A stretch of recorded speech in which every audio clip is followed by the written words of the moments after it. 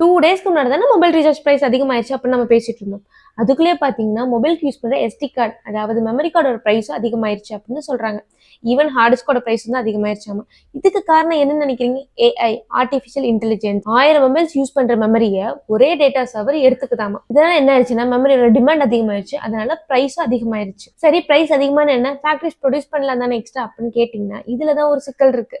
2023ல இதே மாதிரி மெமரிக்கான பூம் வந்தங்காட்டி புதுசா நிறைய ஃபேக்டரிஸ் ரன் பண்ணாங்க. அந்த மெமரி கார்டோட பூம் அப்படியே கீழே இறங்கிருச்சு. இதனால புதுசா ஆரம்பிச்ச ஃபேக்டரிஸ்க்கெல்லாம் லாஸ் ஆகிருச்சு.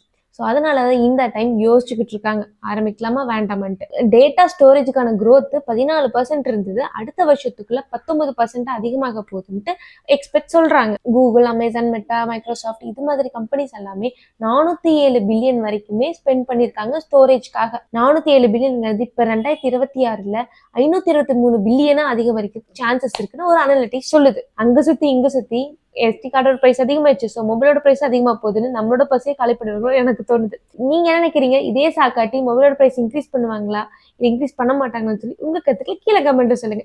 என் வீடியோ உங்களுக்கு பிடிச்சிருந்தா வீடியோக்கு லைக் பண்ணி சப்ஸ்கிரைப் பண்ணி எனக்கு சப்போர்ட் பண்ணுங்க. தேங்க்யூ.